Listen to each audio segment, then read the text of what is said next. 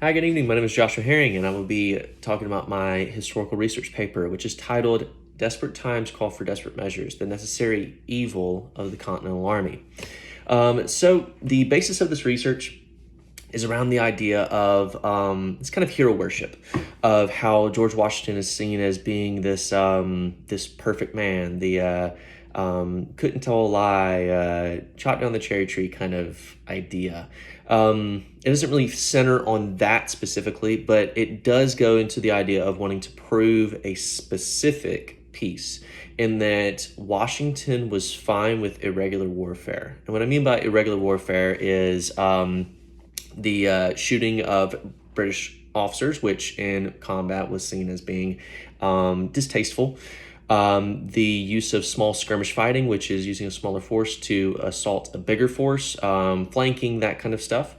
Because during that time it was open field combat, two armies coming together, shooting at each other until they're both dead.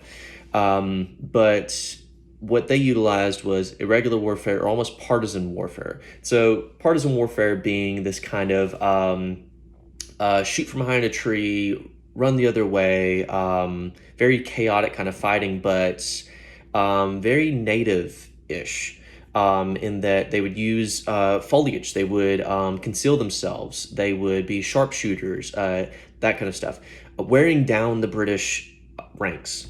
And this highly irritated the British, but yet it was highly effective. Washington outright didn't approve of a full partisan army. And he actually talks to Charles Lee about this, in that he talks about, hey, like, that would be chaotic. There is no sort of formations, there's no sort of regulations. You need to have that to sustain people. They need to have a sense of unity and purpose. And that's what he was trying to fulfill on paper, was the Continental Army. And that's what he was putting his efforts into, was to try and to bolster a real legitimate army to fight against the British.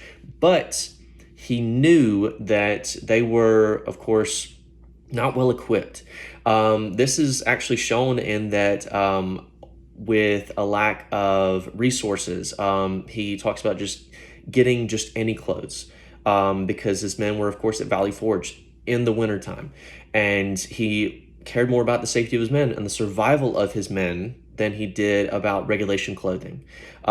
He also cared about success. If an army was going against an even bigger army, he would utilize this thing called the Fabian strategy. And the Fabian strategy is actually talked about pretty regularly, in that it's this kind of open kind of fighting, in that they would avoid direct pitched battles in favor of wearing down the enemy and trying to get them into a sort of aggressive kind of state of, like, we need to go after them, we're tired of it. And then that would get them into the sort of ambush state to be taken out. And Washington, that was his strategy that he utilized in the northern campaigns. In the southern campaigns, you actually had Nathaniel Greene, the major general that Washington appointed after General Gates had gotten defeated by the British leading general of the area.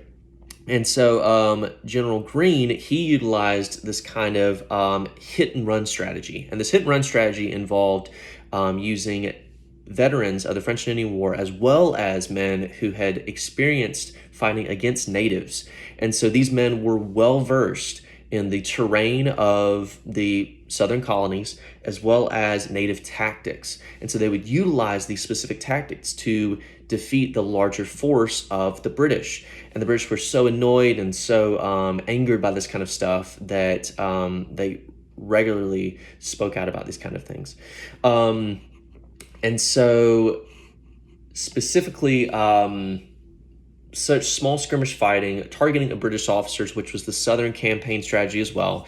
That targeting of officers was a big thing that the British didn't like. That was that big ordeal. And such things were approved of, but out of necessity, not out of pure liking. Washington was in disagreement with the full strategies, but he was in agreement with survival. So 3 sources that I've used is Major General Nathaniel Greene to George Washington.